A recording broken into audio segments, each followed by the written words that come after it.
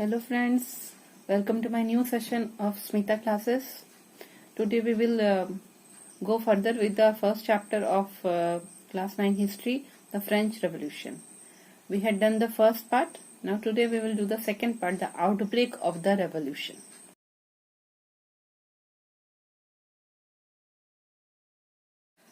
Last class में हमने पढ़ा कि लुई 16 जो है वो किंग ऑफ फ्रांस बन गए। उन्होंने जब वो राजा बने उन्होंने देखा कि जो है खजाना बिल्कुल खाली है, जिसके कारण उन्होंने टैक्सेस बढ़ा दिए, लोगों के ऊपर टैक्सेस बढ़ा दिए। और फाइनली टैक्स किसको पेमेंट करना पड़ता था?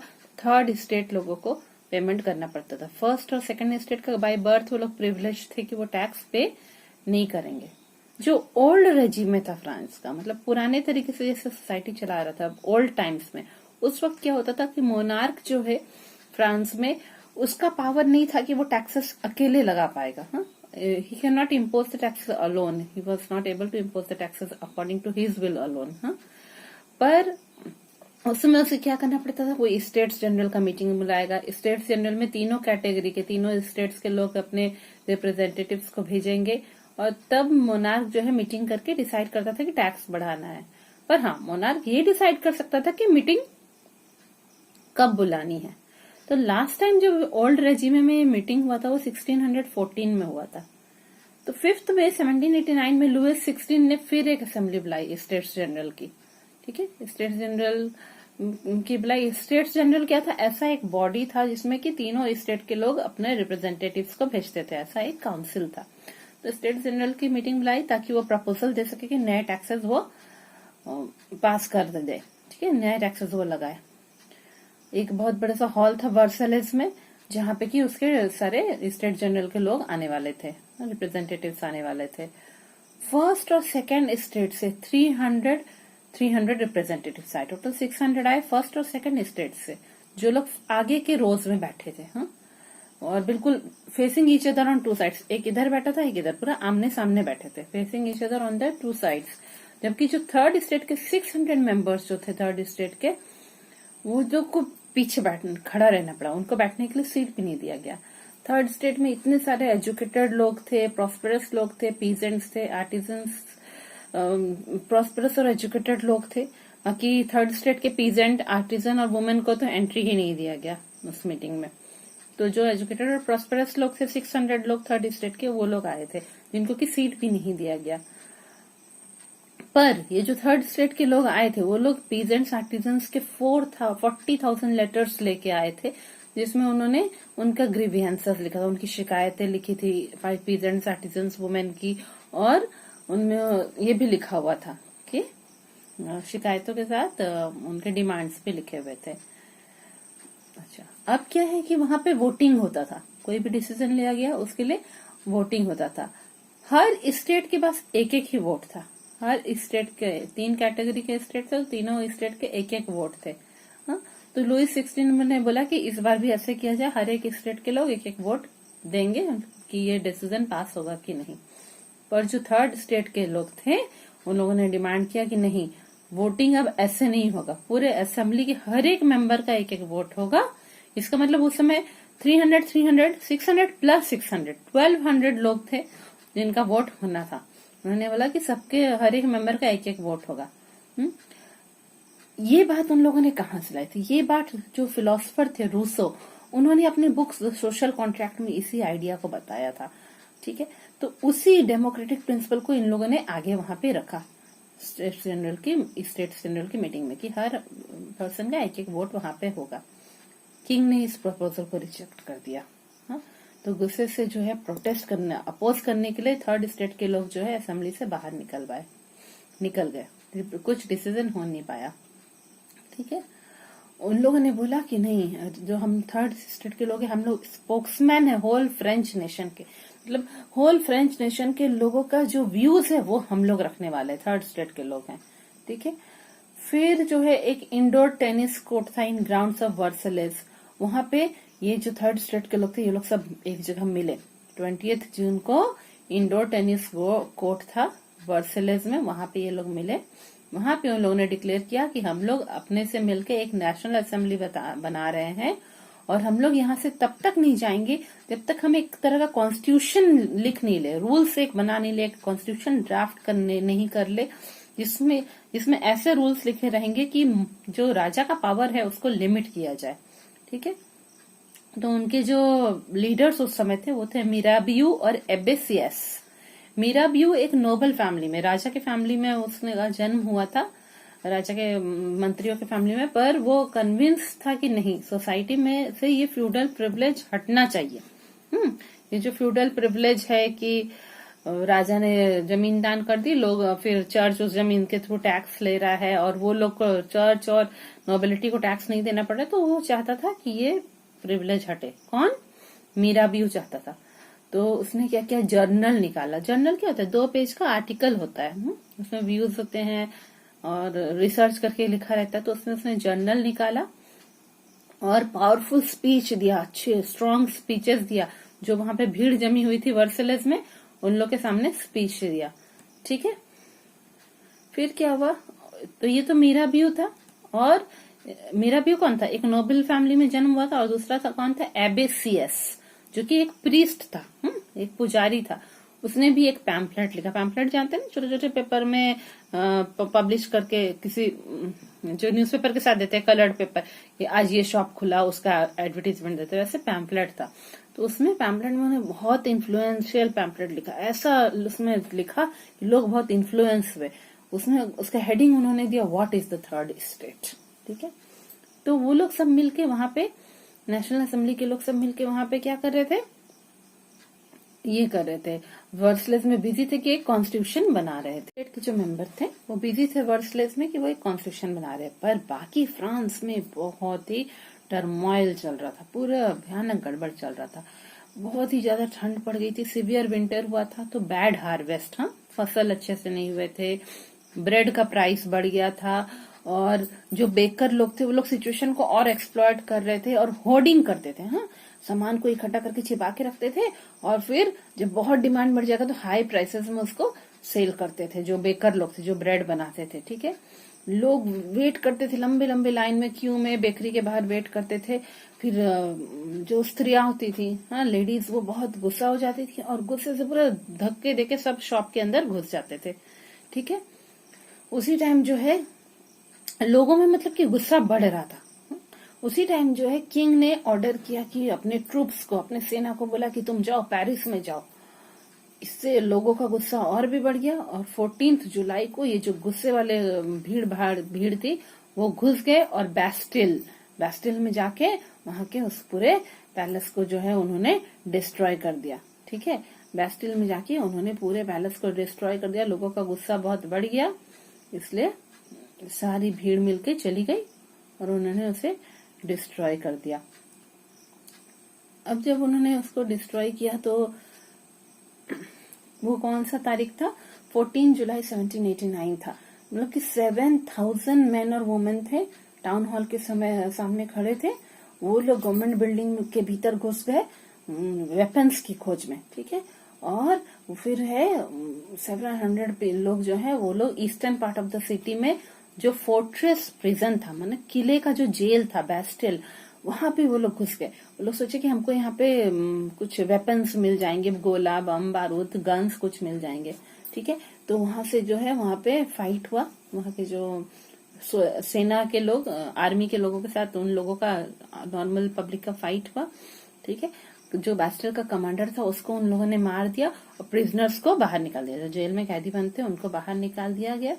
ठीक है, तो जो बैस्टिल का किला था, ठीक है, वो लोग बहुत उससे नफरत करते थे। क्यों? क्योंकि वो राजा के पावर को दिखाता था, इसलिए उस किले को पूरा तोड़ दिया गया। उसके छोटे छोटे पत्थर के टुकड़ों को भी मार्केट में सेल कर दिया गया, कि जो अगर याद रखना चाहते कि हम लोगों ने कैसे इस किले को तोड़ा था।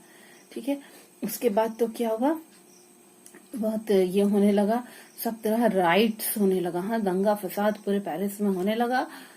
और उसके बाद फिर से प्राइस जो है, ब्रेड का प्राइस अचानक से बहुत ज्यादा बढ़ गया, और किंग बहुत कोशिश करता रहा कि वो जो है किसी तरह जो है वो इस लड़ाई को रोक सके। ये जो लोगों में गुस्सा भर रहा है उसको वो रोक सके, लोगों के विद्रोह को वो रोक सके, पर किंग ये विद्रोह को रोकने में सफल नहीं हो पा रहा था। ठीक है, ऐसा होने लगा। तो और फिर ये तो शहर की बात थी। गांव में क्या हुआ, गांव में ये अफवाह फैल गई गांव से गांव में कि जो है ये आ रहे हैं जो बड़े बड़े जो लैंडलॉर्ड है, हाँ, जिनके बड़े बड़े जमीन है और जिनका मैंशन होता है, हाँ, बड़ा बड़ा किला होगा, ये बंगला होता है, उनको मैनर कहते थे वहां पे, हाँ, जो बड़े बड़े बहुत सारे जमीनों के मालिक थे और जिनका अपना एक बंगला होता था, तो उनको मैनर कहते थे। तो ये अफवाह फैल गई गांव में कि मैनर जो है वो उन्होंने क्या किया है, गुंडों की पूरी ग्रुप को तैयार किया है और उनको भेज दिया है गांव में, ताकि जो पकी हुई फसल खेतों में उगी हुई है उनको पूरा डिस्ट्रॉय करने के लिए। पूरे फार्मर लोग बहुत डर गए और बहुत परेशान हो गए। उन्होंने क्या किया, पूरे जो भी ये सामान वो लोग खेती में यूज करते हैं, खुरपी कुदाल जो भी, वो सब उन लोगों ने सब इकट्ठा किया और जाके चाटियों में जाके पूरा अटैक कर दिया। चाटियों क्या है, राजा या राजा के परिवार के जो नोबल मैन होते हैं उनके रहने के लिए एक रेसिडेंस बनाया जाता है, एक किला छोटा बनाया जाता है, किला जैसा, उस पे उन्होंने जाके अटैक कर दिया। जाके अटैक किया, वहां पे छिपा छिपा के फूड ग्रेन्स रखे थे राजा और राजा के लोगों ने, उस सबको लूट लिया, डॉक्यूमेंट्स को जला दिया। डॉक्यूमेंट में क्या था, ये जो मैनर सब थे, लैंडलॉर्ड सब थे, वो लोग ड्यू लिखे रखे हुए थे कि इस पीजेंट ने ये टैक्स नहीं दिया, इस पीजेंट ने ये टैक्स नहीं दिया, ऐसे करके डॉक्यूमेंट मेंटेन करके थे। उस सारे डॉक्यूमेंट्स को, उस पेपर्स को उन लोगों ने जला दिया। उनकी डर से बहुत सारे नोबल सब जो थे वहां से भाग गए, राजा परिवार के लोग, मिनिस्टर लोग वहां से भाग गए, आसपास के नेबरिंग कंट्रीज में चले गए। इस तरह बहुत प्रॉब्लम हुआ। अब जब लुईस 16 ने देखा कि आम जनता पूरी विद्रोह कर रही है, तो फाइनली उसने उस नेशनल असेंबली को रिकॉग्नाइज कर दिया, मान लिया ठीक है ये आपका नेशनल असेंबली है, और उनके प्रिंसिपल्स को भी मान लिया कि अब जो भी पावर होगा, राजा कुछ भी अगर डिसीजन लेगा तो उसे कॉन्स्टिट्यूशन चेकआउट करेगा, कॉन्स्टिट्यूशन पे वो दोबारा से रिव्यू किया जाएगा। ठीक है, 4 अगस्त 1789 की रात को असेंबली ने एक डिक्री पास किया। ठीक है, एक बड़ा सा रूल पास किया जिसमें उन्होंने बोला कि ये feudal system of obligation and tax को अबॉलिश कर दिया। मतलब ये जो प्रिविलेज मिल रहा था चर्च को और नोबलमैन को कि वो लोग टैक्स नहीं लेंगे, और उन लोग को जो जमीन राजा ने दान दिया उसमें उन लोग दूसरे लोग से टैक्स लेंगे, इस सिस्टम को उन लोगों ने अबॉलिश कर दिया। टीथेस के बारे में हमने पढ़ा लास्ट क्लास में ना, टीथेस को भी अबॉलिश कर दिया, और जो चर्च ने लैंड जमा करके रखा था वो लैंड को भी छीन लिया गया। ठीक है, तो इस तरह गवर्नमेंट के पास जो है वो कितना आया, 2 बिलियन लिवरेज का एसेट उनके पास आया। 2 बिलियन लिवरेज के बराबर की उनके पास जमीन की घर वगैरह मिला गवर्नमेंट को। ठीक है, अब क्या हुआ, France becomes a constitutional monarchy. National assembly ने अपना सारा रूल बुक जो था ड्राफ्ट, वो उसने कंप्लीट किया कब, 1791 में कंप्लीट कर दिया। उनका मेन ऑब्जेक्टिव क्या था, उनका मेन ऑब्जेक्टिव था कि राजा के पावर को लिमिट करना, कंट्रोल करना। अब क्या उन लोगों ने किया कि पावर अब एक हाथ में नहीं कॉन्सेंट्रेटेड होगा, एक आदमी के हाथ में सारा पावर नहीं रहेगा, अब उसको सेपरेट कर दिया जाएगा और अलग अलग इंस्टीट्यूशंस माने अलग अलग ग्रुप्स में वो पावर को दिया जाएगा। उन्होंने 3 ग्रुप्स बनाया, लेजिस्लेचर, एग्जीक्यूटिव और जुडिशियरी। ठीक है, और लेजिस्लेचर, एग्जीक्यूटिव और जुडिशियरी। लेजिस्लेचर में क्या है, जैसे हम लोग के 2 हाउस है, राज्यसभा, लोकसभा, इसी टाइप का, वहां पे मेंबर्स का ग्रुप था जिसमें first state, second state, third state सबके मेंबर सब आएंगे और वो लोग कुछ नया डिसीजन को वो लोग डिस्कस करेंगे। एग्जीक्यूटिव क्या था, वैसे मिनिस्टर्स का ग्रुप्स था जो लोग बहुत इंपॉर्टेंट पोजीशन होल्ड करते हैं, माने देश की रक्षा का या देश में एजुकेशन का, ऐसे इंपॉर्टेंट डिपार्टमेंट जो होल्ड करते हैं, एग्जीक्यूटिव था। जुडिशियरी क्या था, जुडिशियरी में न्याय था, कोर्ट, जज, वो सब था, सबको कुछ कुछ पावर दिया गया। इस तरह से फ्रांस क्या बन गया, एक कॉन्स्टिट्यूशनल मोनार्की बन गया। ठीक है, उसमें क्या था, जितने एक्टिव सिटीजन्स थे उनको वो वोट दे सकते थे, वो बहुत कम था। 28 मिलियन पीपल में खाली 4 मिलियन पीपल लोग वोट दे सकते थे। वोट देके वो उसमें से 50,000 मैन को वो लोग इलेक्टर्स के रूप में आगे बढ़ाते थे। ठीक है, वो 50,000 मैन जो इलेक्टर्स कहलाते थे वो लोग फिर वोट देते थे, उसमें से 745 मेंबर नेशनल असेंबली में जाते थे। ठीक है, नेशनल असेंबली के लेजिस्लेचर में जाते थे। वहां से वो लोग राजा को कंट्रोल करते थे और राजा के अंदर ही एग्जीक्यूटिव मिनिस्टर्स का ग्रुप था। ठीक है, तो नेशनल असेंबली का जो लेजिस्लेचर था उससे वो लोग राजा को भी कंट्रोल कर रहे थे और ये एग्जीक्यूटिव के मेंबर्स के भी पावर को वो लोग कंट्रोल कर रहे थे।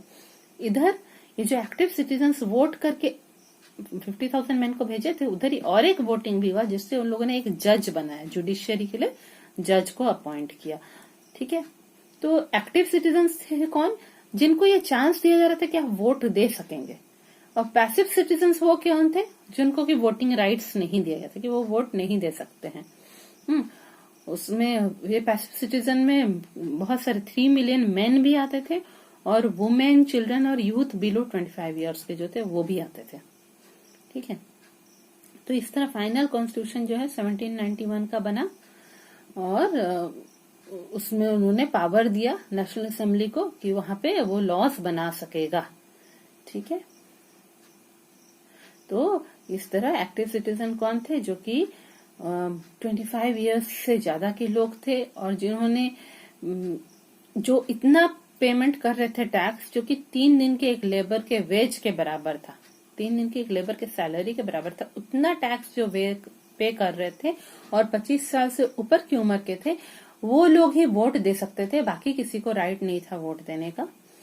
ठीक है, और मेन, वुमेन, चिल्ड्रन ये सब तो पैसिव थे, बाकी सब पैसिव सिटीजन्स के लिए उन लोग नहीं दे सकते थे। इसी तरह अब ये जो एक्टिव सिटीजन जिन लोग को वोट करके इलेक्टर बना रहे हैं, हाँ, और इलेक्टर से जो मेंबर ऑफ असेंबली बन रहा है उसमें भी वो ही आदमी बन सकता था जो कि सबसे ज्यादा टैक्स पे कर रहा था, वही लोग बन सकते थे। ठीक है, कॉन्स्टिट्यूशन का शुरुआत कैसे हुआ? कॉन्स्टिट्यूशन में एक डिक्लेरेशन लिखा उन्होंने about the rights of man and citizen. ठीक है, मैन लोग और वहां के सिटीजन्स के लिए जो राइट्स उनको मिलना चाहिए, इंडिविजुअल राइट्स, उसके बारे में उन्होंने एक पूरा रूल्स लिखा कि क्या क्या होना चाहिए। ठीक है, उसमें क्या क्या राइट्स आते थे कि राइट टू लाइफ है, सबको अपना जीवन सुरक्षित तरीके से जीने का अधिकार है। फ्रीडम ऑफ स्पीच है, जो चाहे अच्छा बातें बोल सकते हैं, अगर कोई गलत कर रहा है उसके विरुद्ध भी वो बोल सकते हैं। फ्रीडम ऑफ ओपिनियन है, अपना सजेशन भी दे सकते हैं कि गवर्नमेंट कैसे चलाना चाहिए। इक्वालिटी बिफोर लॉ है, चाहे राजा हो, नोबल मैन हो कि पुअर पीजेंट हो, सब के लिए एक लॉ है। और ये सब उनके लिए नेचुरल और इनएलिएनेबल राइट्स बोला गया। ये सब प्राकृतिक तौर से जन्म से उनको, आप सब लोगों को ये राइट्स मिल रहा था और ये कोई छीन नहीं सकता था। और ये स्टेट का ड्यूटी था, उस कंट्री का ड्यूटी था कि वो हर एक सिटीजन्स के राइट को प्रोटेक्ट करे। ठीक है,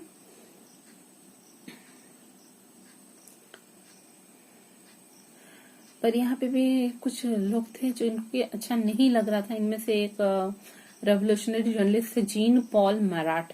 उन्होंने एक अपने न्यूज़पेपर में एक कमेंट किया। उन्होंने कहा कि ठीक है, नेशनल असेंबली बन गया, वो सब अच्छी बात है, पर लोगों को जो लोग रिप्रेजेंट कर रहे हैं वो सिर्फ रिच लोगों को लोग ही इलेक्टर बन पा रहे हैं और मेंबर ऑफ कॉन्स्टिट्यूशन बन पा रहे हैं, member of national assembly. Naturally हमने देखा ना कि जो हाईएस्ट टैक्स पे कर रहे थे वो लोग बन सकते थे। तो जो रिच लोग, इस तरीके से रिच लोग जो हाईएस्ट टैक्स पे कर रहे हैं और मेंबर बन रहे हैं, वो लोग पुअर के बारे में ज्यादा सोच नहीं पाएंगे। तो पुअर और ऑप्रेस्ड को इस तरह पीसफुल मीन्स से कभी भी उनका कंडीशन इंप्रूव नहीं होगा। इस तरह से ये जर्नलिस्ट ने अपनी बात कही थी। अब हम लोग थोड़ा देख लेते हैं कि declaration of rights of man and citizen के एक एक पॉइंट को थोड़ा डिस्कस करते हैं। उसमें पहला पॉइंट था man are born and remain free and equal in rights. उन्होंने कहा कि लोग सब जन्म रहते हैं, सब फ्री हैं और सबका इक्वल राइट्स होना चाहिए। Aim of every political association is the preservation of natural and inalienable rights of man. These are liberty, property, security and resistance to oppression. हर एक पॉलिटिकल एसोसिएशन, कोई भी नेशनल असेंबली बने कि गवर्नमेंट बने, सबका यह काम होना चाहिए, टारगेट होना चाहिए कि मनुष्य को जो प्राकृतिक तौर पे जो उनको राइट्स मिला है, जैसे कि उनको थोड़ा फ्रीडम ऑफ स्पीच मिला है, फ्रीडम ऑफ लाइफ मिला है, प्रॉपर्टी इकट्ठा करने का उनको राइट मिला है, उनको जो सिक्योरिटी मिलना चाहिए और उनके अत्याचार के खिलाफ आवाज उठा सके, ये सब राइट्स को प्रोटेक्ट करेगा गवर्नमेंट। थर्ड पॉइंट क्या था? The source of all sovereignty resides in the nation. No group or individual may exercise authority that does not come from the people. कहने का मतलब है कि जो भी ग्रुप या मेंबर जो गवर्नमेंट को चला रहे हैं, वो सब जो पब्लिक है उनमें से ही आए हुए लोग रहे, बाहर के कोई आए हुए लोग नहीं रहेंगे। ठीक है, और कोई भी ऐसा कोई ग्रुप या इंडिविजुअल आके अपना अथॉरिटी, अपना कंट्रोल नहीं दिखा सकता है जो लोगों के बीच से रिप्रेजेंट होके नहीं आया है। Liberty consist of the power to do whatever is not injurious to other. Liberty, लोगों को फ्रीडम दिया गया है। फ्रीडम का मतलब ये फ्रीडम दिया गया है कि आप ऐसा काम करिए जो दूसरों को इंजूरियस ना हो, दूसरे को नुकसान नहीं पहुंचाए। Law is the expression of the general will. All citizens have the right to participate in its formation personally or through their representatives. All citizens are equal before it. क्या कहा गया कि लोगों के, आम लोगों की इच्छा का एक्सप्रेशन है कानून। आम लोग अपनी इच्छा को कैसे एक्सप्रेस करते हैं? कानून के मदद से। तो सारे सिटीजन्स का ये राइट है कि वो जो है गवर्नमेंट के फॉर्मेशन में, कानून के फॉर्मेशन में अपने आप को रिप्रेजेंट करे। कैसे? या तो डायरेक्टली या थ्रू अपने रिप्रेजेंटेटिव्स के थ्रू। ठीक है। नो मैन में बी एक्यूज, अरेस्टेड और detained accept in cases determined by the law. मतलब कि कानून में जो लॉ बना उसी हिसाब से किसी आदमी को अरेस्ट किया सकता है या उस पर केस चला सकता है। अपने मन से किसी को भी दोष देके अरेस्ट नहीं किया सकता है। Every citizen may speak, write and print freely. He must take responsibility for the abuse of such liberty in cases determined by the law. हर सिटीजन को बोलने की, लिखने की और प्रिंट करने की, कुछ भी अपना आर्टिकल प्रिंट करने की फ्रीडम है। उसको यही अपनी जिम्मेदारी खुद लेनी है कि वो, उसको ये फ्रीडम दिया जा रहा है, उसको वो गलत यूज नहीं करे। For the maintenance of the public force and for the expenses of administration, a common tax is indispensable. It must be assessed equally on all citizens in proportion to their means. कहा गया कि ठीक है, चूंकि public force, लोगों के सुविधा के लिए जो भी चीज बनाया जाता है, रोड्स की, पब्लिक टॉयलेट्स की, जो भी बनाया जा रहा है, पब्लिक बस स्टॉप्स, उसको मेंटेन करने के लिए और गवर्नमेंट के खर्च को चलाने के लिए एक छोटा टैक्स सबसे लेना ही पड़ेगा। पर वो कैसा होगा? लोगों के इनकम करने का जैसा उनका पावर है, लोग जैसा इनकम कर रहे उस हिसाब से उनसे टैक्स लिया जाएगा। जो कम इनकम करे उनसे बहुत कम टैक्स, जो ज्यादा इनकम करे उनसे ज्यादा टैक्स। ठीक है। Since property is a sacred and inviolable right, no one may be deprived of it unless a legally established public necessity requires it. In that case, a just compensation must be given in advance. बोला कि property जो है वो एक पवित्र और नहीं रोकने वाला राइट है। हर कोई चाहता है अपने आप प्रॉपर्टी इकट्ठा कर सकता है तब तक, जब तक कि गवर्नमेंट को उस प्रॉपर्टी की जरूरत नहीं हो। आप किसी ऐसी जगह पे आपने अपना घर बनाया है जहां पे गवर्नमेंट को जरूरत है, तो गवर्नमेंट आपका वो घर आपसे ले सकता है, पर उसके बदले में एडवांस में आपको एक कंपनसेशन, कुछ रुपए गवर्नमेंट आपको देगा। ठीक है। तो इस तरह से हम लोगों ने पढ़ा कि अलग अलग तरह के ये बनाए हुए हैं। ये सब था हम लोग का declaration of rights of man and citizen. ठीक है। नेक्स्ट क्लास में हम लोग पढ़ेंगे रीडिंग पॉलिटिकल सिंबल्स के बारे में पढ़ेंगे, किस तरह पॉलिटिकल सिंबल्स बनाया गया, उसका मतलब क्या था एक एक पॉलिटिकल सिस्टम का। और उसके बाद हम लोग पढ़ेंगे France abolishes monarchy and becomes a republic. ठीक है। तो आप लोग सब मेरे इस वीडियो को लाइक करें, शेयर करें, और जिन्होंने सब्सक्राइब नहीं किया हो सब्सक्राइब भी करें। बहुत जल्दी मेरा 3rd वीडियो भी आएगा इस चैप्टर को लेके। आई होप आप लोग सबको ये वीडियो पसंद भी आ रहा है, आप लोग को बहुत बेनिफिट भी हो रहे हैं इस वीडियो को देख देख के। और आप लोग को जो भी वैल्यूएबल कमेंट्स हैं आप वो सेंड कर सकते हैं। Thank you.